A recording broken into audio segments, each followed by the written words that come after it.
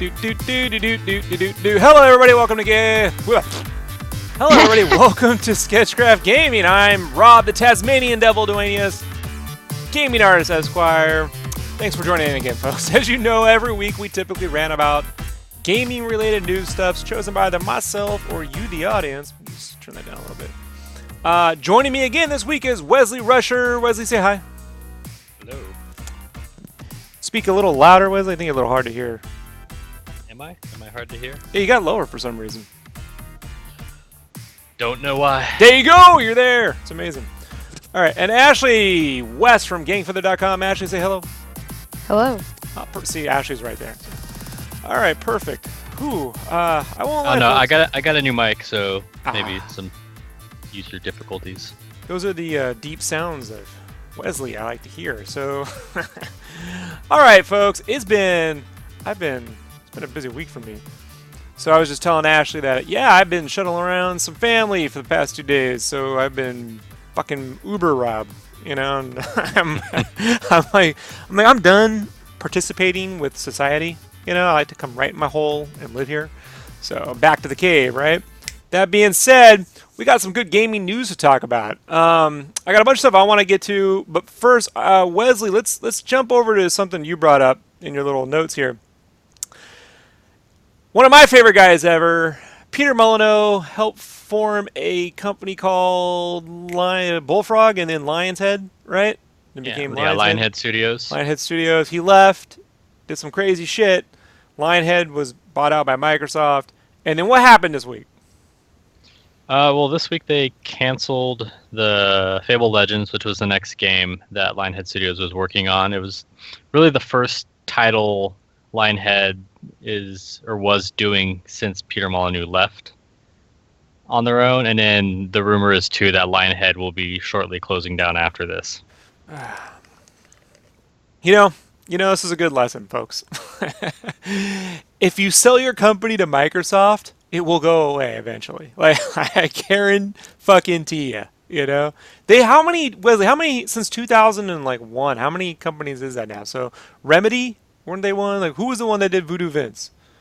They got bought out. Voodoo Vince dudes got bought out, shuttered. I think it was not Remedy, but something like that. Something like that, right? So the Voodoo Vince cats. Remember Blinks the Time Cat, the vacuum cleaner? Mm-hmm. Yeah, gone. Rare, pretty much gone. That's gone. Lionhead, gone. Bungie bought themselves back out. So that's, iffy. Then now we got 343, which they built. Probably end up being gone. Who made the Halo War games? Weren't they shut down too? Wasn't that the Command and Conquer people? No, that was... Oh, God. That was one of those. Go ahead. They were actually just in the news, so they didn't actually truly go away. And they were just acquired by Nexon, that company. All right. But I remember they bought one of those companies and they got shuttered. Was that EA or Microsoft? It's one of those. I think it was the Total Annihilation guys. No. Command and Conquer guys got whatever. So then you got I guess it was Ensemble Studios. Okay. Who bought Firaxis? Microsoft owned. The SimCity. So that's EA? Well, Firaxis is 2K now. 2K now. But the Sim guys were Maxis. And that was EA. And they shut them down. Yeah, they're gone. Eventually. Like, see, Ashley, you see where I'm going with this? Yeah. See, what happens is you go and make something that's really cool. You know, you get the funding to help make it bigger, and then they just implode your whole company, and then now you got nothing. So, I don't know, man. It's a shame. Yeah, but Microsoft bought Lionhead a long time ago. It's not like they just recently bought them when Peter Molyneux left. He was part of Microsoft for a while too. They all became one family, and then he eventually left years later. I want to say it was around after the time of Fable 1, so Fable 2, Fable 3. And we all know the Fable games got better as they went along. And, well, it got better with 2, and then 3, yeah, just kind of flatline. But, they also had, they were working on that Milo weird thing. Oh, yeah. Like the guy you were talking to. And then they had that prehistoric game, BC, that was supposed to be on the original Xbox. So, I think if anything, Microsoft probably kept them alive a lot longer than they should have been.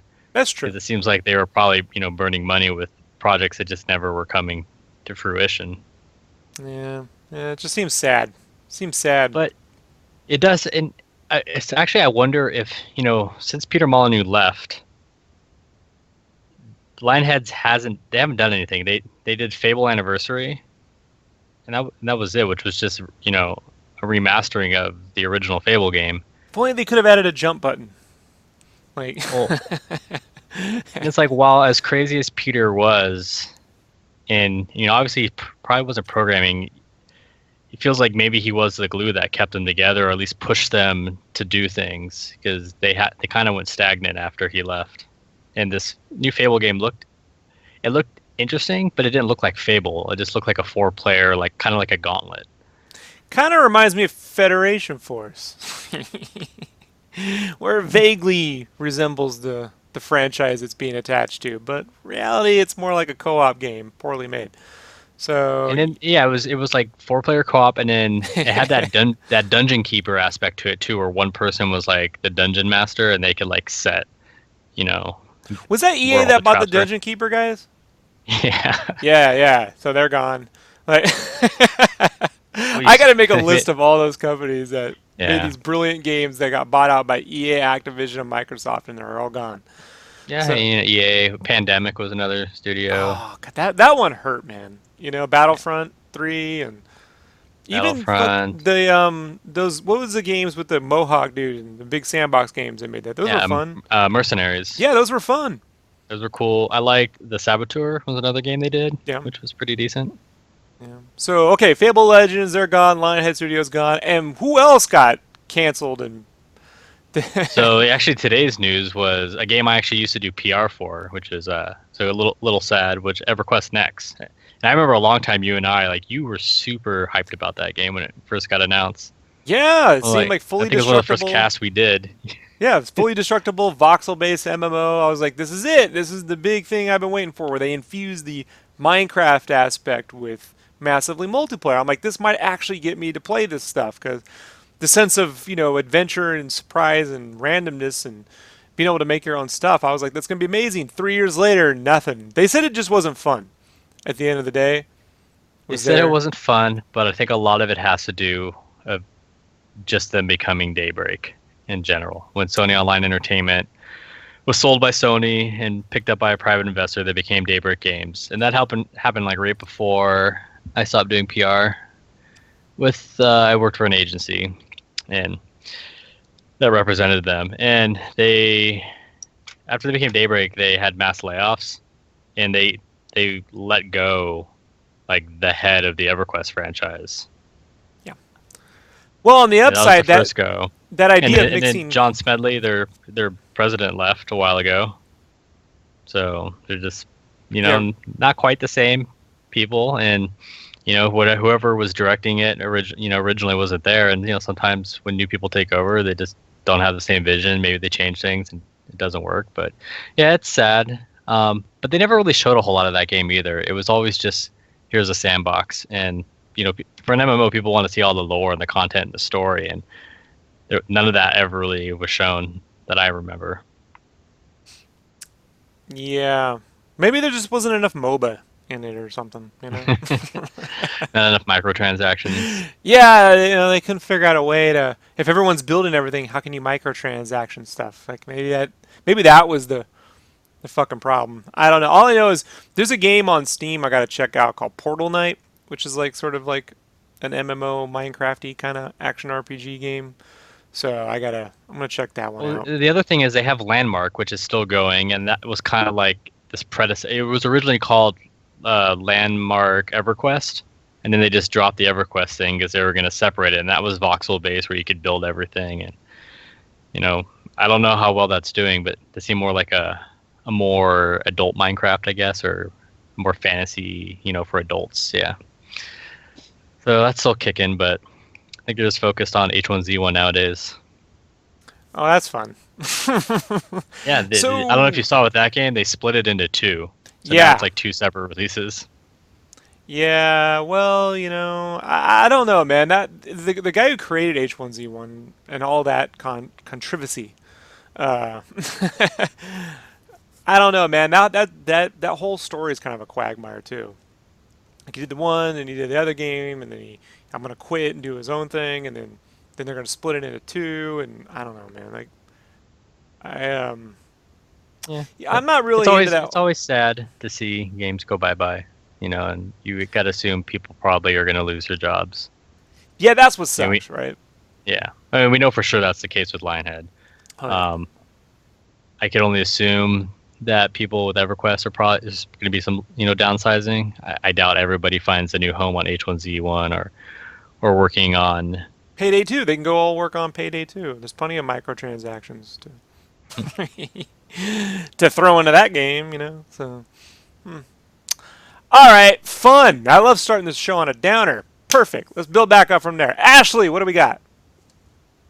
All right. Well, to add to the delays and the cancellations, now, sorry, let me fix that. No, it's actually not bad because, I mean, for me, actually, I kind of like it because it gives me more time to play games, but Uncharted 4 got delayed 2 weeks, I believe. Oh, from, which I'm not surprised. I mean, really, I wouldn't be surprised if it got delayed again, although it's probably unlikely now. But May 10th is the new release date. And but again, I'm like, okay, that gives me more time to play other things and not be behind because I'm usually gives behind. you more time to play Ratchet and Clank. Yes. Oh no, it gives me more time to play Mad Max and what is it? Pre-sequel to Borderlands and other games that I got. That they're older though. Those are the ones last year. Again, I'm always behind. Speaking of Ratchet and Clank, I did watch I left it on and watched it as I was working. The 80 minutes of Ratchet and Clank that you can stream. You watch all the gameplay from the new Ratchet and Clank remaster or whatever game they're making. And I personally think it looks better than the movie. Like, I really do. Well, they say that it does look like the movie. Like, I mean, it actually. I've read enough about it where they're just like, it's so beautiful, it could be the movie. Yeah, so. Like it's actually like, wow, interesting. I wonder if they use the in-game assets, but it looks really good though. It really does. So, yeah. Well, that 2-week delay sounds like a netcode thing to me. They're saying that they need more production time or something. Some more. I don't know what it was. I listened to it today, but I think that's what it was. Something about production. Yeah. More manufacturing, I guess. I don't know. For me, it makes me happy because maybe more people will buy Ratchet and Clank this time around. They're only going to be like 2 weeks apart, and now they're going to be about a month apart, which, for anybody who's PS4 only and just playing new games, they're probably going to grab it. It's good to have two titles that are only PS4 coming out so close together. Yeah, so who's now there's a little bit of room. Is Insomniac producing this Ratchet and Clank? Yes. So they are. Yeah. Okay. Yes. And Insomniac, like the Western studio, like the last couple ones, they let their North Carolina studio do. So this one's gone back to like the main team. Cool. Which actually makes sense because I do feel like they kind of since what was it? Tool. Yeah, I guess it was. Well, All for One. No. But the last one where it kind of you saw a shift in the change was after what was it? A Crack in Time. And then after that, you had All for One, and you had Full Frontal Ratchet and Clank, Full Frontal something, and then after that, you had Ratchet and Clank Into the Nexus, and so and those three kind of had the different, like I feel like they had a shorter, like they had a shorter gameplay, and it was just different. I don't know. You know what I wish they would just put numbers at the end of these games. All right, like I'm gonna be honest. The other ones were then they'd be at like Ratchet and Clank 10. But I can handle kind of like that. spin-offs. They were like All for One was based on 4-player co-op. Now I liked All for One. I really did like that game. Now the one I didn't really like was Full Frontal Force or whatever because I just felt like it was you were basically protecting a base from bad guys. Yeah, that one was like a tower defense game. Yeah, tower defense. And I just was like, it's all right. I mean, I still enjoyed it, but it felt like it was over too fast. And, but, I mean, again, I like all the Ratchet and Clank games. Was that game $60? Probably. The new one, yeah. Ooh, $60 tower defense game? Oh, the original one, or Full Frontal Assault. Yeah, I think it's probably $60 or $40 or. Ratchet games. Well, in all defense, Ratchet games typically are a little bit cheaper. Usually, Sony gives it the Sony tax, so at least $50. But who knows? I don't think it was $60. I would. I probably got it as a present, so I wouldn't know. So, but anyway, does anybody else have anything to add to Ratchet and Clank? Or Uncharted 4? I'm looking forward to playing the game based off the movie about the game. So yeah. Is Marky Mark going to be in Uncharted 4? No, I'm fucking with you. So, oh, you meant Ratchet, right? Gotcha. I am looking forward to Uncharted 4. I will play through that. I will. So I do play through the Uncharted games. I don't know how I'm going to get through Uncharted and Witcher 3 in the same 10 years, but I'll figure it out. Like, one thing that I do like about one thing I do like about the Uncharted games is that it's very linear. You just go and you're pretty much done pretty fast with the game. They're always pretty quick games. And so you're on to the next game. Like, that's one thing I do like. They don't drag out too long. You don't walk around in circles looking for every little shiny thing? Oh, I do, but still, like, they still end up going faster than any, Borderlands game. Oh yeah, exactly. I mean, it's great how they just create this cinematic narrative. Except for the first one, but Uncharted 2, 3, and even Last of Us. My wife has sat there and watched me play. And if you remember Uncharted 2, they actually had a commercial where it was like the guy was playing like with his girlfriend. And, like, the person watching was just as blown away as the person playing. And yeah, I remember the first one, though. The first one, even though they're like, the first one's not as good, I'm like, the first one threw me for a loop. Because I was not expecting the supernatural ending at all. So. I still like the first one. I mean, people forget at the time. There was nothing quite... I mean, it actually used the QuickTime events successfully in the way I wanted Shenmue to. And in a way that wasn't God of War, and it had humor. And I gotta be honest, folks, there wasn't a lot of humorous games back in 2006. Like maybe remember like the mascot games, but at that time everything was moving towards. We were getting Black. Remember that fucking game? And Haze.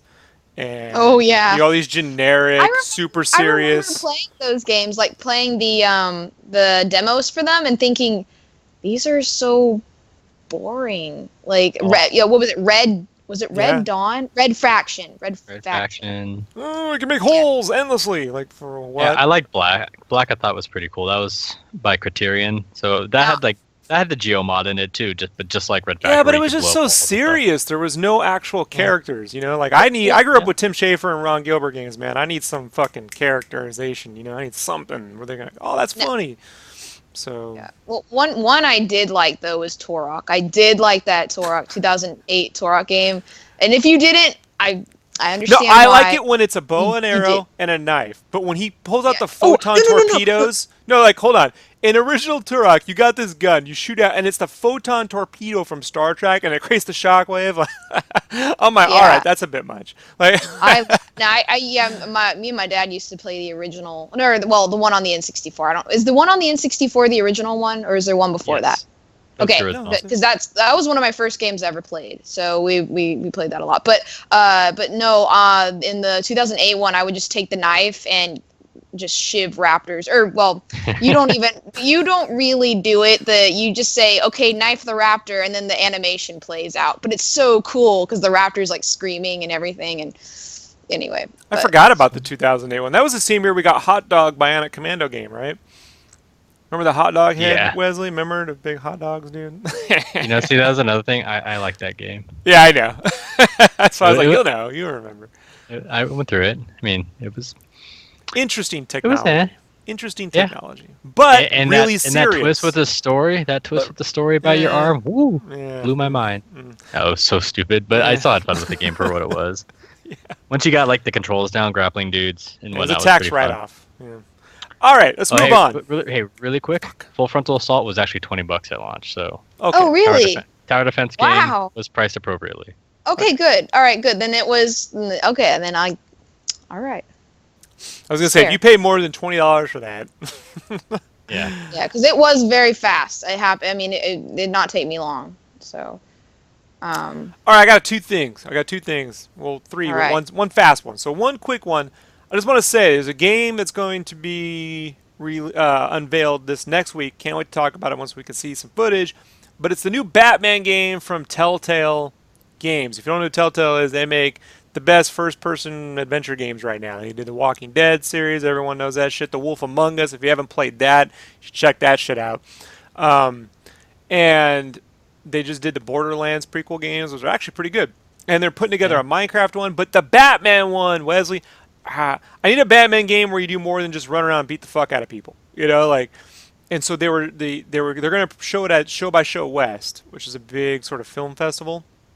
South by Southwest. South by South, whatever. SXSW, over in Texas, right? Yeah. Yeah, I think it's like Austin or something. In Austin, like that. so Yeah, it's Austin. so they're going to show it down there. I would know. Sorry. Which are going to be your neck of the woods, right, Ashley? You should go down there. Yeah, 3 hours away. Go, there you go. So, but they're going to show it up, and I read an interview with the president of Telltale, and he's like, yeah, this Batman's actually going to do more than just fight. We're actually going to get to see problem solving, criminal solving, Batman, go into his mind, figure out what makes him tick and shit. So, I can't wait. I really think, hopefully they keep the graphical style that they did. If you've seen The Wolf Among Us, it looks really awesome, actually. Like they really managed to get that comic book feel out of the rendering. Not so realistic, more comic booky and artsy. So really looking forward to that next week. Hopefully they don't let us down. And then also this week, shit's arriving tomorrow. So last week I saw this big thing where if you pre-order the Samsung S7, they throw in a Gear VR plus 6 games for free. And everywhere. My phone contract's just about up at T-Mobile, so I went in and just flipped phones. So I'll have that tomorrow. So I'll be able to mess around with the non-head tracking VR. So it'll be all right, you know. But I mean, free is free. I can't complain. And then also there's a big article. I'll flip to it really quickly over here at Polygon called "The Making of PlayStation VR," where they get into the whole PlayStation VR with how it was made, Magic Lab. It's kind of a weird article. There's a little bit of a knock against Oculus too, the way they pull out these pull quotes and stuff, where they're like the president of Sony is like, "Oh, we're surprised the Oculus Rift cost $599," and you know Yoshida, the president of Sony, was like, "We're probably thinking about $300 to $400," but they admit they're going to have less requires smaller field of view, lower resolution screen. Which I gotta be honest, if this is less field of view than a DK2, I don't know what the fuck that's gonna do for VR at all. Like honestly, Wesley, like it reeks of I was hoping that the PlayStation VR would be a healthy surprise, considering they have a lot of games, and I really think games are the key here. But even in this article, the president of Sony gets into how like we're recommending people do small little things, essentially tech demos, no full big games, just tech demos to try and see what works. And to me, that ain't the way to do it, man. Like imagine if the Nintendo 64 came out and all they did was put out a bunch of small little like, you know, little mini 3D games, and there was no Mario 64, there was no Pilot Wings, there was no Wave Race. Like the Wii U came out and all they released was like a collection of mini games. That's what they did, right? And so here the fucking head of Sony's like, "Oh, that's what we're telling people to do." I'm like, "You fucking moron." Like the reason why I got an Oculus Rift and I didn't go with the Vive is because it's shipping with 2 fully functional games, Lucky's Tale and fucking Valkyrie. And I'm sorry, tech demos don't do it, man. They just don't. Like the fucking Nintendo Land, dude. Like no one, like look, okay, whatever. If it came pre-built in, I wouldn't complain for free. But you know, it's not a game, man. It needs to ship with one badass, must-have, proof of concept game built for the platform. Period. That is the formula for win. That I don't care what anyone says. So I don't have high hopes for PlayStation VR. You know, I did before this article. Reading this, I actually don't.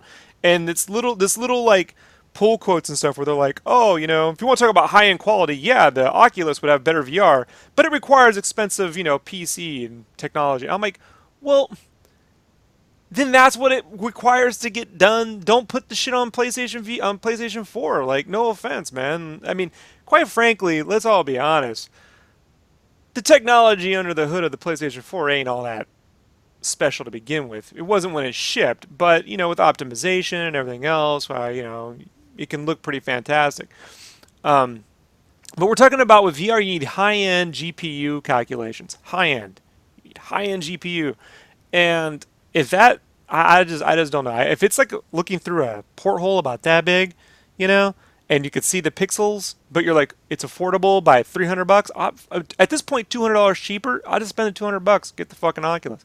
And the PC specs aren't that big. Most people who are going to buy this already have a high-end PC. That's the fact of the matter, you know. So the PC specs aren't that high end because I just upgraded my processor to the minimum requirement, and it was like $150 for the processor. Yeah. So yeah, the graphics cards. I need a better graphics card by the recommendation. That'll cost some money, but we're talking if you do it right, and especially in a year, you could probably build a computer for $500-600, and that's not that much more than a PS4. Right. Especially if you bought your PS4 at launch, it's very similar. And it's just, they this is how they fucked up 3D gaming and 3D movies, with trying to find some half-ass, way to get it out there, and then they'll overcharge. They'll find a way to overcharge for VR. They'll find a way, and they'll half-ass it and overcharge. So I just had like my family over, and I was showing them a 3D movie on my TV, and they're like, "Whoa, this is actually really good 3D." I'm like, "No, this is what it's supposed to look like. It's supposed to be super bright. It's supposed to have good sound. You go to the movie theater, and it's fucking like half a bulb. It's all dark. They charge you $25 a ticket. Feel like you got ripped off." So I don't know, Wesley. When did this industry get away from having the must-have launch game?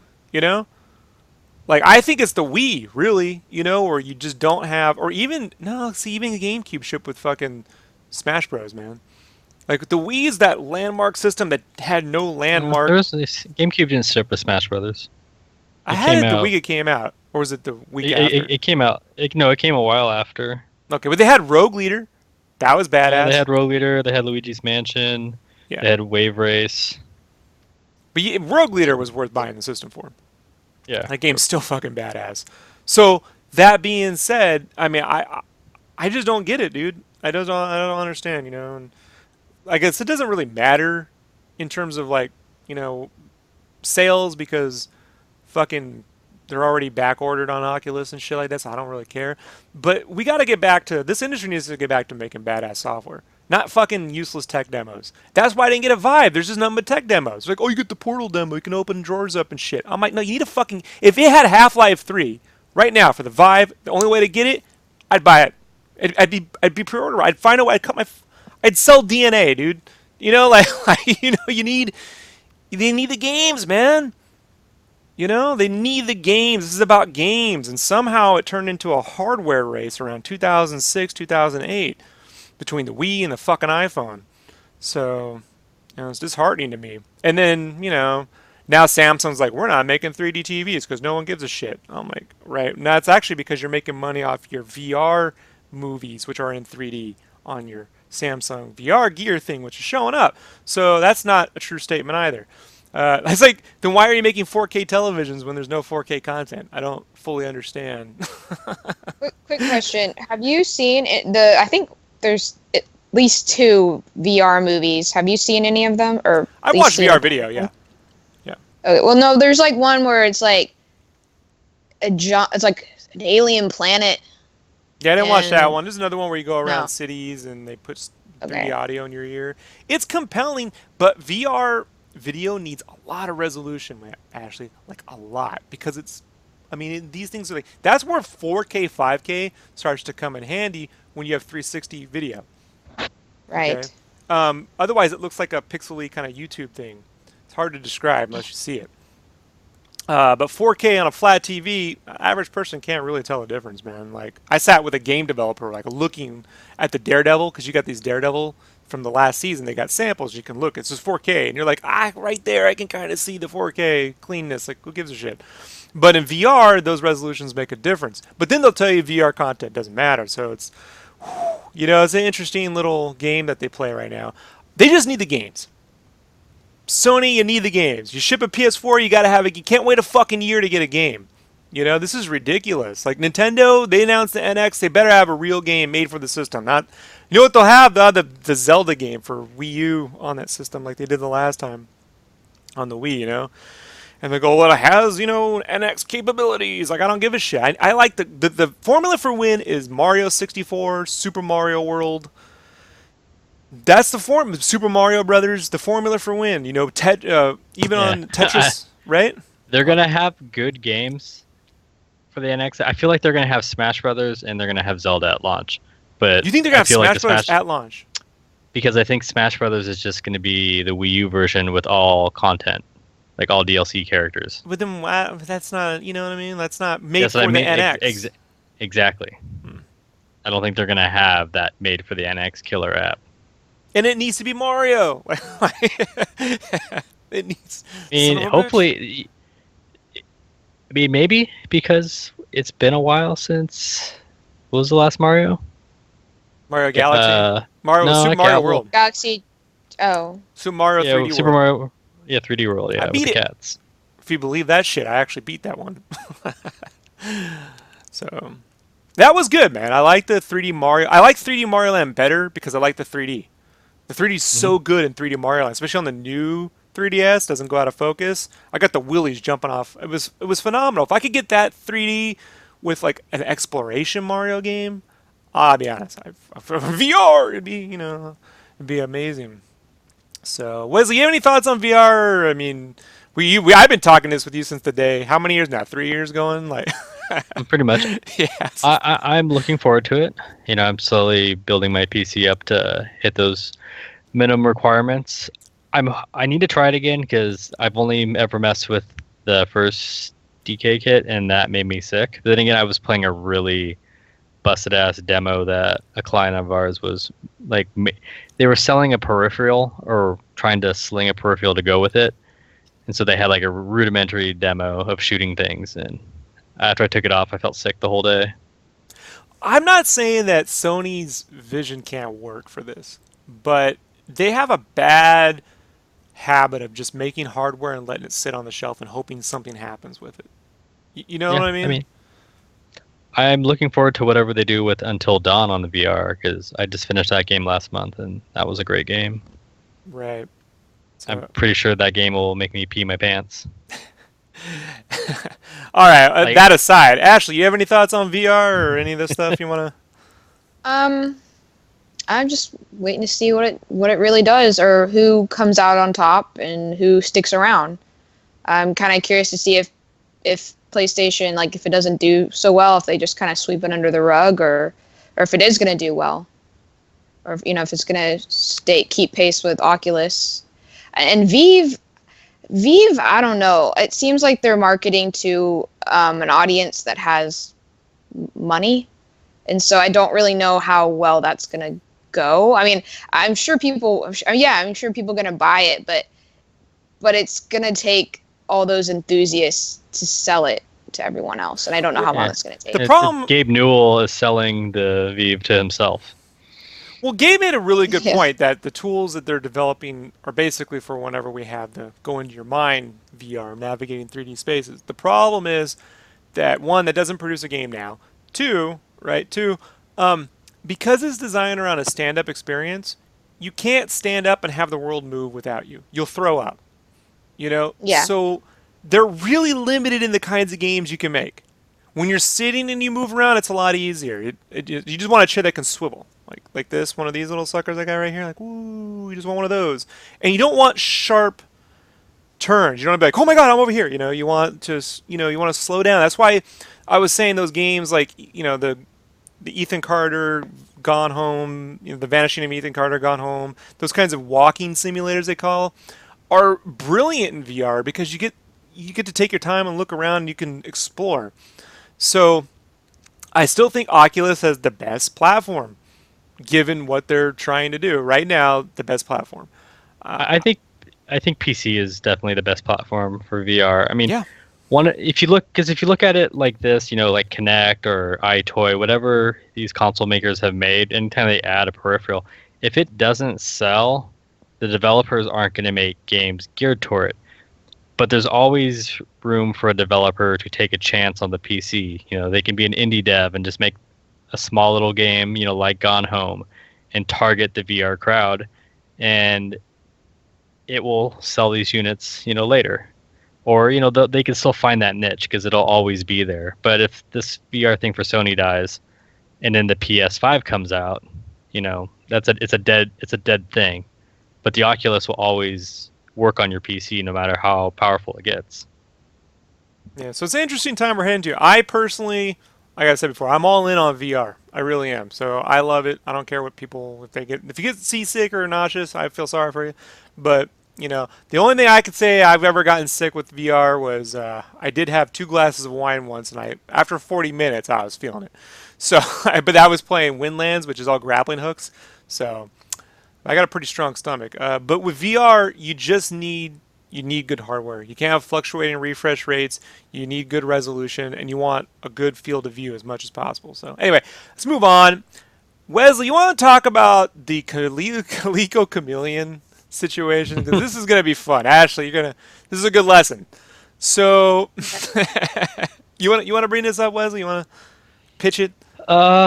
Sure. So the Calico Chameleon was the new name for, was it the Retro VGS, which was supposed to be this retro new console that first debuted, sometime last year on Indiegogo as this all new console that was going to play cartridge-based games, retro games that evoke that classic 8-bit, 16-bit style new games. Like I think I saw, was it Volgar the Viking was being ported to it, and then, other pixel style games. And they're supposed to have cartridges too, right? Yeah, cartridges. The games are ready to go from day one. You'll never need a firmware update. You'll never need a patch, which is the world we live in now, where games ship broken and get patched with huge day one patches. So that was their whole selling point, was to go back to that classic thing. They wanted something like 1 million, like 1.8 million, 1.6 million, and they got like 300,000. So they just killed the Indiegogo. So they're going back to the drawing board or whatever, and they did, and they debuted this the Calico Chameleon at some New York toy fair like a month or two ago. They had got the license from Calico. They got, I think, something with Atari to make the console look like the Jaguar. They bought that frame. They bought the mold, the injection molding, and the plan, so they could build. They were going to use the molds for the Atari Jaguar back in the 90s for the shell for the system. Yeah, just the case. Just as for all the problems Jaguar had, it did have a nice looking shell. So yeah, it looked cool. Yeah. And then what happened? Cool. So I haven't been paying a whole lot of attention exactly, but from what I gather is there was a lot of talk about what people were seeing. They could tell what kind of hardware was in this Calico, and they're like, "What's there? This isn't. What kind of specs does this thing have? Is it actually a prototype, or did you just put crap in there to make it look like you have something playable?" And then apparently Calico, or the people who owned the license, did an investigation to see where this was at, and they weren't happy, and they ended up pulling the license back from Retro VGS. So it is no longer a thing. Yeah, a lot of people felt they were using junior SNES parts on the floor show demo, and then when they took another photograph, it looked like it was just cardboard and a capture card under one thing. Yeah. I don't know. Here's the thing, right? Is I'm conflicted on a lot of different levels. Okay, so everyone knows, like I did 3 covers for Retro Gaming Magazine, right? The issue 1, issue 2, and then the Star Wars one recently for I think issue 10. I don't know. And I'm gonna let you know that the guy that owned that, Mike Kennedy, who runs Calico Chameleon and Retro Magazine, he always paid me. So Mike's a pretty stand-up dude from a freelancing standpoint. I don't have any problems with Mike. They, like every gaming magazine, they take their sweet-ass time until they ship the fucking thing, and then they cut you a check. But Mike always came through. So, and he paid well. So I don't have any problems with him on that end. I look at this situation, what I find to be a little weird about the fan hate on this is, yeah, I think that they were shady in terms of showing their hardware, not being forthright with not having a working, producible demo unit, right? Like, this is our actual prototype. They didn't have that. And it looked like they were trying to sort of just get around the rules of Kickstarter or any other crowdfunding platform where they say when you need to ship hardware, you need to actually have a working prototype, which we all know working prototype is very difficult to get done without a lot of capital. It's the whole point of raising capital. Case in point, I backed the original Ouya on Kickstarter. I was 2012, man. I was one of the first guys. Dropped $100. I'm like, this is the future. I said new gaming platform is gonna come on fucking Ouya. It's gonna be amazing, and that hardware sucked. I don't care what anyone says. Like, I wish to fucking God I was able to stream myself playing the Ouya the first time, because it would have been some of the most hilarious fucking video ever. I couldn't find one game that I was like, this is fun. The screen stuttered, everything took forever to load, the controller sucked ass, and they had every excuse in the world. Like, they were like, oh, you know, we know the controller has problems, you can send in for a new one, or all this bullshit. And I was like, but it's is it that hard? Apparently it is that hard to make good hardware. Maybe that's why it's called hardware. Like, I don't know. Like, like every time I hear the name Ouya, I just picture Macho Man Randy Savage popping in. Yeah, yeah. So, you know, the fact that when they announced they were making a retro gaming console, like I heard that from some people at Retro, I was like, that's probably never going to work out. I feel sorry that they're going that route. You know? Like, that might bankrupt the whole company. Because if you can't, I mean, look, if it's tough to make money off selling paper, like magazines, you have any idea how hard it is to make money off electronics? Like, you have to have factories lined up. You have to have, you know, parts bought way in advance. There's so many things you have to have. Like, case in point, we go way back, right? Go way back to the days of cartridge gaming. You know, there was only so many cartridges they could produce every year. So let's say you had a game. Like, you had a game that you sold out on. If you sold out a game and you were like number one, you couldn't reprint your game because they were already bought up for that year. You know, like, cartridge gaming sucks. Like, I don't miss it, Wesley, you know? I used to be the sole defender. No load times. You know, I bought that bullshit Nintendo spewed back in the late 90s. Like, oh man, no load times. It's right there. It's on the ROM. You know, it's like super fast. Ah, fuck it. I don't care about, I don't miss cartridges. I don't miss $120 games, folks. I don't miss, and when they were like, oh, you'll never have to patch a game, I was like, bull fucking shit, dude. Like, you know how many games I wish we could have patched back in the day on the NES? Like Fester's Quest, or Goonies, or even their first Ninja Turtles game where it's endless stuttering and slowdown. I would have killed for games like, it would have been great if they could have patched in a goddamn save feature on Blaster Master. You know, like, I just, yeah. Right? Yeah, I think that's a novel concept. But I mean, even DS games or 3DS games and Vita games, which are, I guess, on a cartridge or they're like SD cards, sometimes they have patches too, because sometimes there's a game-breaking bug that gets missed, or, you know, just something that needs to be tweaked, and it's nice that the option's there. Right. So if you know, like, a lot of these games probably would have been indie games, normally priced between $5 and $15 on Steam. On cartridge would have been about $60. You know, not including shipping. Because they're not going to sell in the stores. I have a hard time believing these indie games with very small studios are really going to have the time to thoroughly test their product to the point that they can assure us that there are no bugs. Yeah, I believe this whole Coleco thing was a well-intentioned bad idea. You know, I truly do. I mean, look at the logo, and they had the Coleco Chameleon logo looks cool. They have a good slogan. It was remember when, play again. Like, that's pretty cool, you know? But fucking never gonna happen, dude. Like it's never gonna... Sega couldn't make hardware work. What makes you think you can kickstart it? Like, you just, at this point, if you were to make hardware, you need to be able to lose $500 million. Period. You know? I mean, Microsoft didn't take one profit off the Xbox? I think almost ever. You know, like, that was one of the reasons why the Xbox One was not so superpowered. You know, you should go read those books on the making of Xbox, how they built that thing. So I think it's always been a losing property. So I don't know, Wesley, you know, but I just feel bad that the internet's taking a flying dump on these cats, because it's not like they successfully did not take any money. You know, like, for whatever, however, like, they canceled Indiegogo, so no one's out money. No one spent money and they were lost to it. Everyone feels like they were hoodwinked. And you have a right to feel pissed off about that, but in the way that it's like a first world problem, you know? Like, oh, they lied to me about that movie, and when they showed the trailer and I thought it was good, but it was fucking shit, you know? Like, in that kind of way. Only you didn't actually see the movie yet, so you didn't actually spend any money. So I hope it doesn't affect their magazine, because their magazine's pretty nice, you know? Like, given the state of magazines right now, you don't got a lot of them, folks. And they make a pretty decent magazine. So, you were telling me that some people had to resign from this just because they didn't like getting harassed.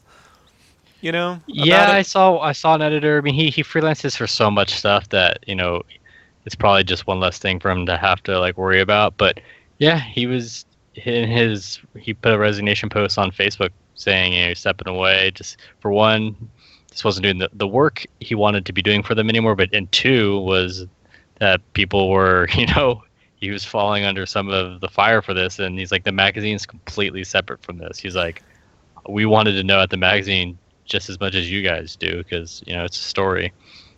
Yeah, they never once even mentioned Retro VGS to me. So I'd be honest, folks, I don't follow indie hardware anymore after the Ouya. So I didn't know anything about this until Twitter started blowing up with Coleco Chameleon. I was like, what the fuck is that? Like, I didn't know.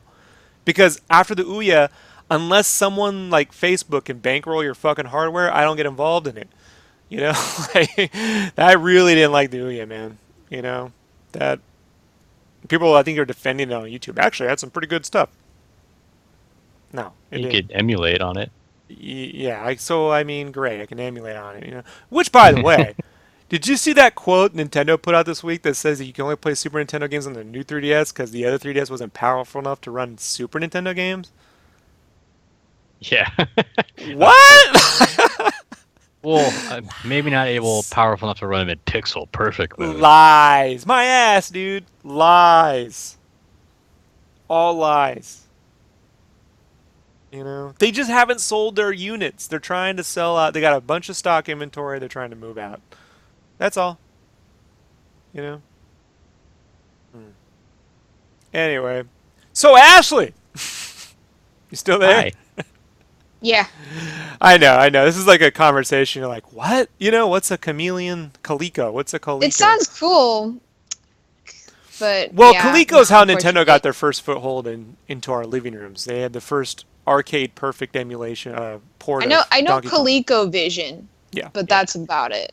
That was the first console I ever played. We had one growing up, and we had Donkey Kong, and we had Popeye. Everyone had Donkey Kong, man. Like that was. Popeye. I love that controller. It had like 1 through 9 keys and like a little like rotating knob on the knob. Back. Yeah. It was like, oh wow. I had Burger Time.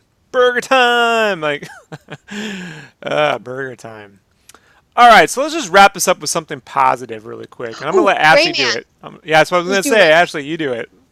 Yes. Okay. So, here we go. So I've been playing Rayman Legends, and I've been playing it for probably close to a month now. And I technically finished the game yesterday, even though I still have a lot of things to unlock or, TNCs to save. But most, here, I'm going to highlight some. I wrote this down because I wouldn't remember. Okay, so things that I liked about it.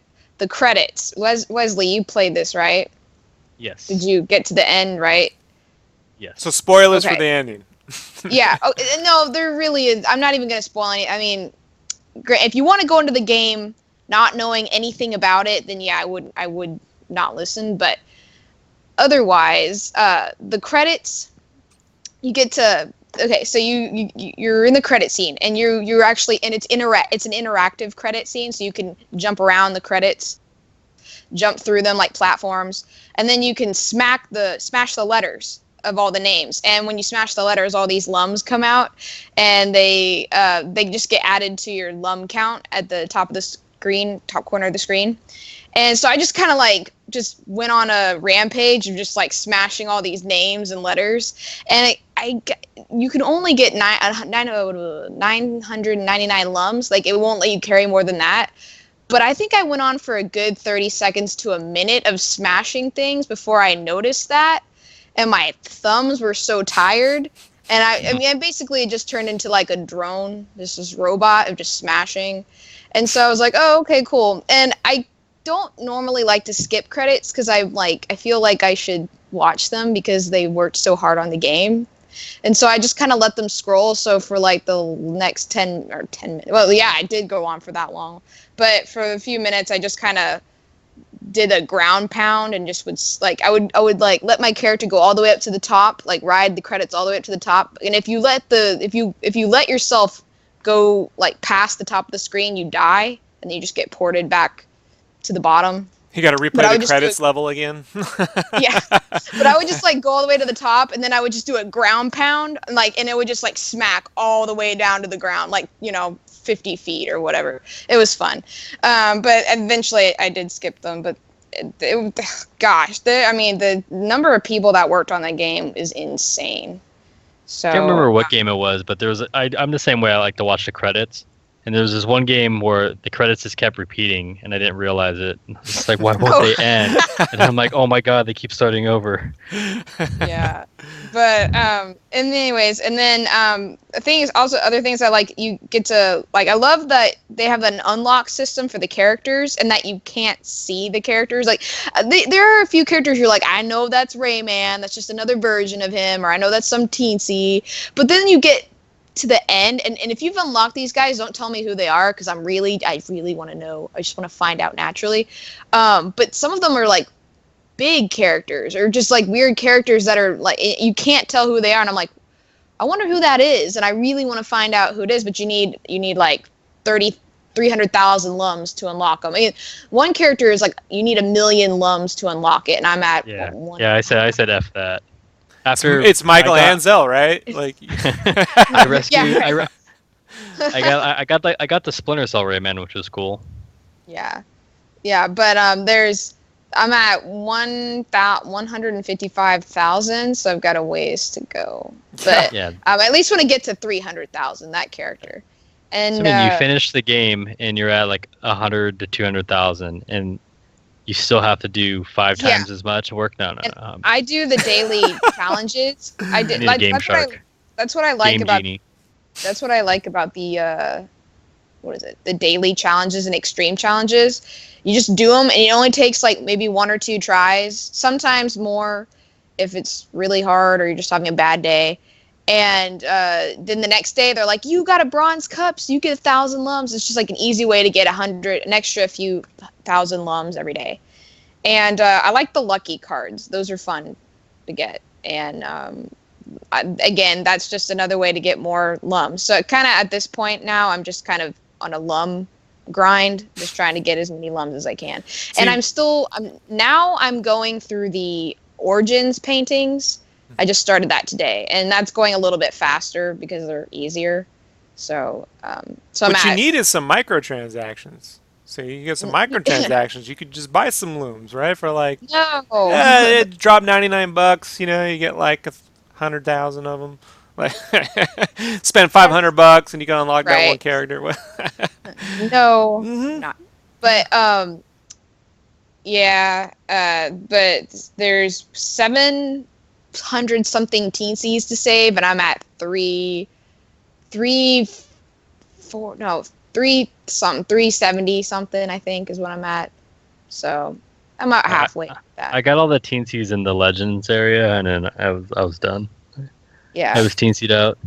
Oh, and then one thing I'm not really a fan of, even though it's really satisfying when you win, is the invasion paintings. So after you finish a painting in the Legends area, a little while later it'll come up and go, hey, this painting's been invaded again, so now you got to go back and save more teensies.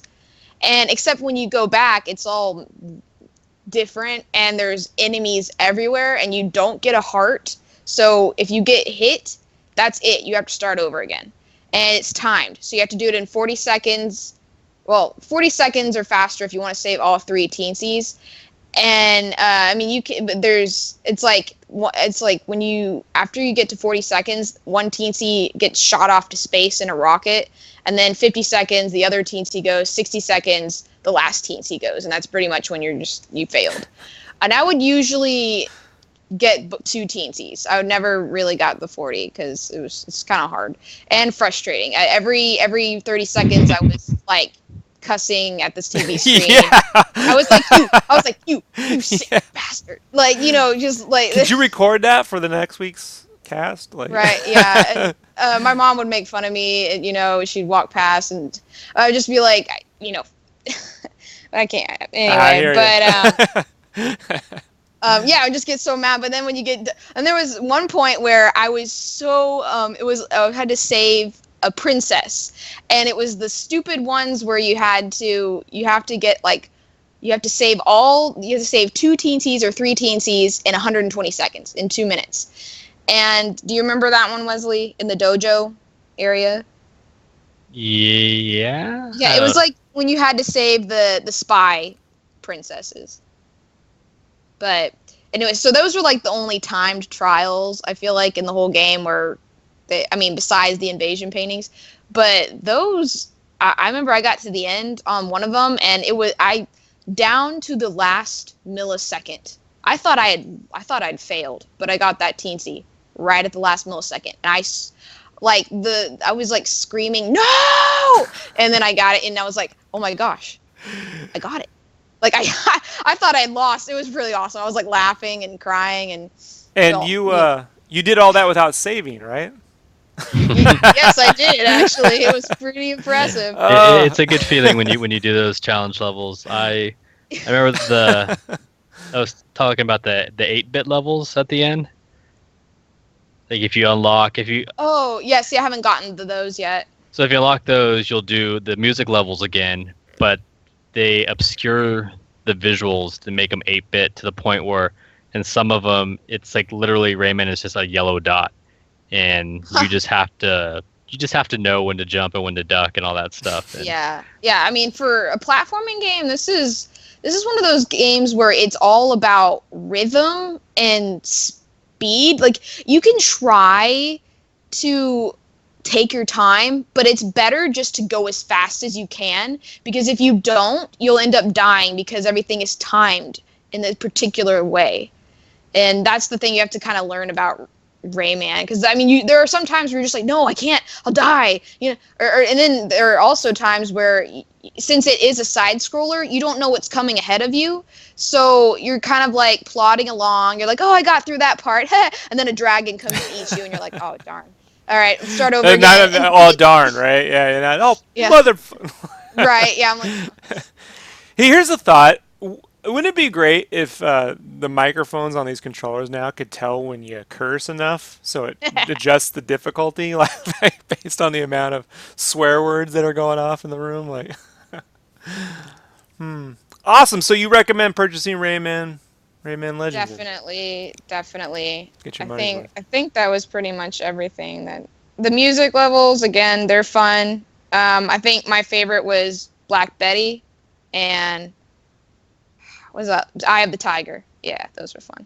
But the thing about them is that they do the whole a cappella thing, and so the characters will be singing the song with, or like the bad guys will be singing, and it'll be fun. And then the Eye of the Tiger, that was like the mariachi band was playing that, and there was like, it sounded like a kazoo in the background, but I think it was supposed to be a trumpet.